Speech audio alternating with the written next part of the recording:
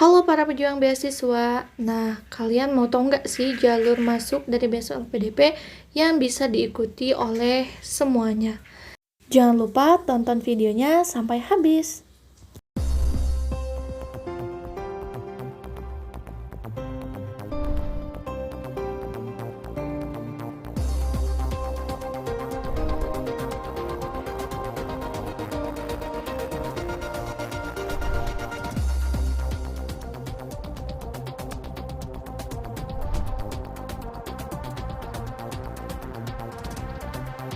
Sebelum lanjut ke videonya, jangan lupa support channel Sahabat Ilmu dengan mengklik tombol subscribe dan jangan lupa aktifkan juga lonceng notifikasinya biar teman-teman tidak ketinggalan update-update berkaitan dengan beasiswa. Salah satunya adalah beasiswa LPDP. Dan teman-teman jika suka silahkan klik tombol like dan jangan lupa share sebanyak-banyak.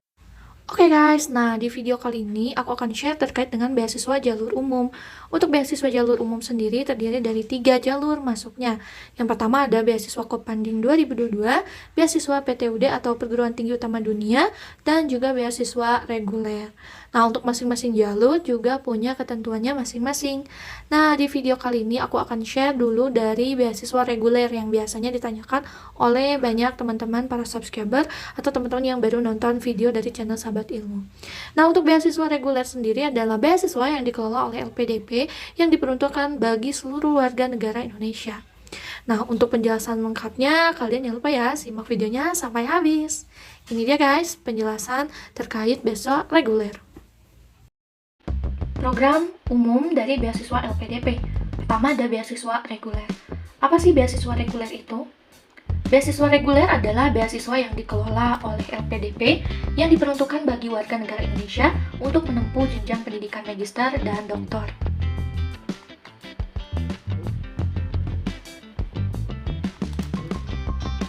LPDP sendiri berkomitmen untuk mempersiapkan pemimpin dan profesional masa depan serta mendorong inovasi demi terwujudnya Indonesia yang sejahtera, demokratis, dan berkeadilan. LPDP menyelenggarakan program beasiswa magister atau doktor untuk putra-putri terbaik Indonesia dan mendukung program beasiswa lainnya dari kementerian atau lembaga terkait. Perlu diketahui terkait dengan beasiswa reguler itu sendiri adalah beasiswa jenjang magister dan doktor yang diperuntukkan bagi warga negara Indonesia melalui mekanisme dan prosedur yang ditetapkan LPDP. Adapun skema beasiswa dari reguler ini, pertama, beasiswa reguler diberikan untuk jenjang pendidikan magister program 1 gelar atau single degree dengan durasi pendanaan studi paling lama 24 bulan atau 2 tahun. Sedangkan untuk doktor, program 1 gelar atau single degree dan durasi pendanaan paling lama adalah 48 bulan atau sekitar 4 tahun. Adapun untuk durasi pendanaan studi program magister psikologi profesi dapat melebihi 24 bulan, disesuaikan dengan masa studi yang dicantumkan dalam kurikulum yang ada pada program studi tersebut. Ketiga adalah durasi pendanaan studi sebagaimana dimaksud tidak termasuk matrikulasi bahasa. Selanjutnya, untuk pendaftaran beasiswa pendidikan Indonesia atau BPI reguler yang telah mempunyai dan mengunggah LOA unconditional wajib memilih satu perguruan tinggi tujuan dalam ataupun luar negeri dengan LOA unconditional tersebut masuk daftar perguruan tinggi yang ada di listnya LPDP. Nah, buat teman-teman yang bingung dan baru pertama kali tonton video ini, baru pertama kali mau apply beasiswa LPDP dan bingung apa itu LOA, singkatnya LOA adalah surat yang menyatakan bahwa teman-teman itu diterima di kampus tempat teman-teman nanti akan studi. Dan untuk teman-teman yang pengen lebih jelas tahu apa itu LOA, teman-teman bisa cari di YouTube atau mungkin teman-teman juga bisa langsung ke channelnya Sahabat Ilmu. Di playlistnya ada informasi beasiswa. Di sana sudah sangat lengkap.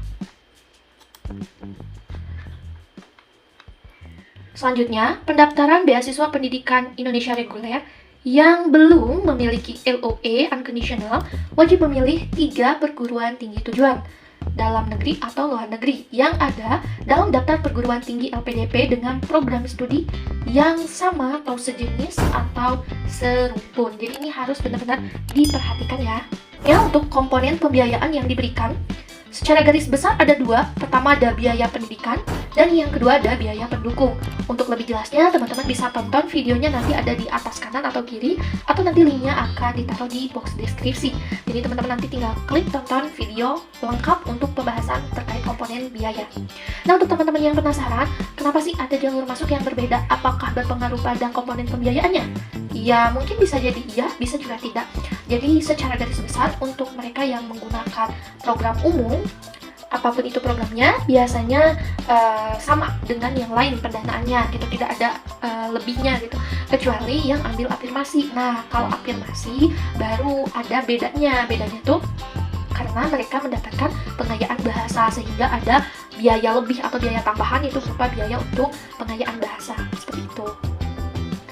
Nah, secara singkatnya untuk biaya pendidikan terdiri dari biaya pendaftaran, ada SPP, tunjangan buku, untuk penelitian tesis atau disertasi, seminar internasional, publikasi jurnal internasional. Terus untuk biaya pendukung ada transportasi, visa, asuransi kesehatan, biaya hidup bulanan, biaya kedatangan, keadaan darurat, dan juga tunjangan keluarga. Ini khusus untuk dokter. Seperti yang sudah dijelaskan di video sebelumnya, bahwa persyaratan dari beasiswa LPDP sendiri terdiri dari dua. Yang pertama ada persyaratan umum, dan yang kedua ada yang namanya persyaratan khusus. Nah, untuk persyaratan umum sendiri biasanya sama antara semua program atau katakan jalur masuk itu sama. Yang membedakan antara satu jalur masuk dengan jalur masuk yang lainnya biasanya ada di persyaratan khususnya. Dan untuk tahapan seleksinya juga sama, baik itu yang menggunakan jalur satu dengan jalur yang lainnya. Mungkin kecuali ada beberapa jalur masuk yang memang benar-benar berbeda, seperti jalur masuknya yang ngambil perguruan tinggi utama dunia. Biasanya nggak ada tes bakat skolastik kayak gitu. Namun untuk misalkan teman-teman yang penasaran, pastinya beda dong karena jalur masuknya beda. Oke, tentunya beda, tapi bedanya tuh lebih ke berkas yang ada di seleksi administrasi. Di berkas antara satu jalur masuk dengan jalur masuk yang lainnya pasti berbeda. Makanya benar-benar dari awal, ayo teman-teman harus tentukan dulu nih jalur masuk yang tepat untuk teman-teman nanti masuk atau menggunakan sebagai salah satu jalan untuk ikut apply beasiswa ini. Benar-benar harus udah matang. Kayak gitu guys. Next kita akan langsung nih bahas ke persyaratan umumnya. Untuk persyaratan umum dari beasiswa reguler, pertama, merupakan warga negara Indonesia, telah menyelesaikan studi program diploma atau D4, atau sarjana atau S1 untuk beasiswa magister, program magister atau S2 untuk beasiswa doktor, atau diploma 4 atau sarjana S1 langsung doktor. Bagi pendaftar dari diploma 4 atau sarjana S1 langsung doktor wajib memenuhi ketentuan. Pertama, yaitu memiliki LOA unconditional dari perguruan tinggi tujuan, dan juga memenuhi seluruh kriteria sebagai pendaftar program beasiswa doktor atau S3. Jadi mungkin ini adalah hal yang baru di tahun ini, di tahap kedua terkhusus, bahwa teman-teman bisa ikut yang namanya program beasiswa magister langsung doktor gitu. Jadi teman-teman yang lulus dari S1 bisa ambil program ini, di mana teman-teman nanti kuliahnya tuh udah langsung otomatis lulus doktor kayak gitu. Tapi dengan catatan harus memenuhi seluruh kriteria sebagai pendaftar program beasiswa doktor atau S3. 3. Pendaftar yang telah menyelesaikan studi magister atau S2 tidak diizinkan mendaftar pada program beasiswa magister, dan pendaftar yang telah menyelesaikan studi doktor atau S3 juga tidak diizinkan mendaftar pada program beasiswa doktor. Jadi banyak banget yang bertanya, gimana nih kalau misalkan saya pernah S2 tapi tidak linear, lantas pengen ikut lagi S2 dengan beasiswa LPDP, boleh nggak sih? Nah, jawabannya tidak diizinkan ya. Keempat, bagi pendaftar lulusan perguruan tinggi luar negeri pada jenjang pendidikan sebelumnya, wajib melampirkan hasil penyetaraan ijazah dan konversi IPK dari Kementerian Pendidikan, Kebudayaan Riset, dan Teknologi melalui ini halamannya sudah disediakan, tinggal teman-teman kopas. Selanjutnya, untuk yang kelima, tidak sedang menempuh studi atau katakan ongoing, program magister untuk tujuan program magister ataupun doktor. Untuk tujuan program doktor baik di perguruan tinggi dalam negeri maupun perguruan tinggi di luar negeri. Jadi tidak bisa ya, artinya tidak sedang teman-teman terus ongoing di teman-teman studi. Selanjutnya yang keenam, tidak sedang mendaftar akan menerima atau menerima beasiswa dari sumber lain yang berpotensi nantinya bisa double funding selama menjadi penerima beasiswa LPDP. Jadi secara singkatnya, teman-teman nggak boleh lagi mendaftar atau menerima beasiswa lain selain beasiswa LPDP, seperti itu. Ketujuh, pendaftar yang melampirkan LOE unconditional dengan waktu mulai studi yang tidak sesuai dengan ketentuan LPDP, maka wajib melampirkan surat keterangan penundaan jadwal perkuliahan program studi dari perguruan tinggi yang diunggah bersamaan dengan LOA unconditionalnya.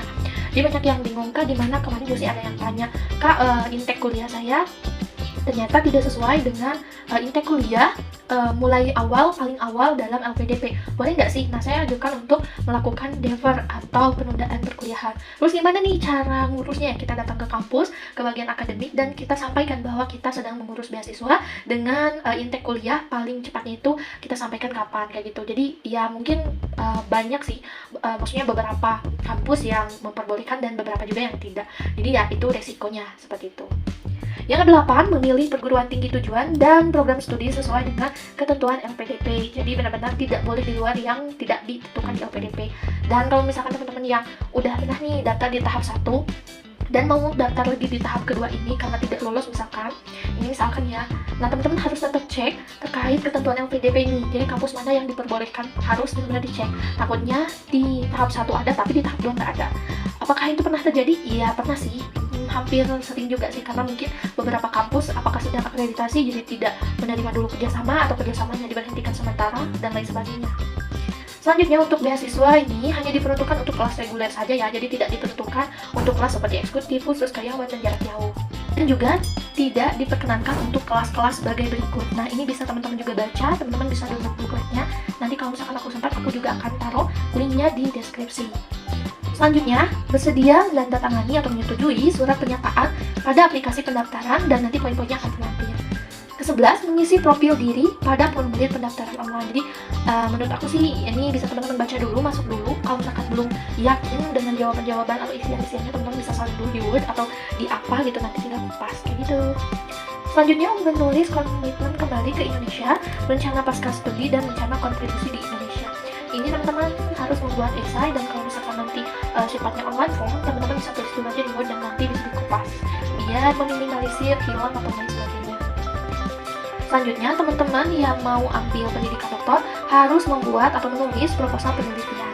Dan ini ada tambahan juga ya, bahwa teman-teman yang punya nih riwayat atau pernah publikasi ilmiah, teman-teman bisa cantumkan juga.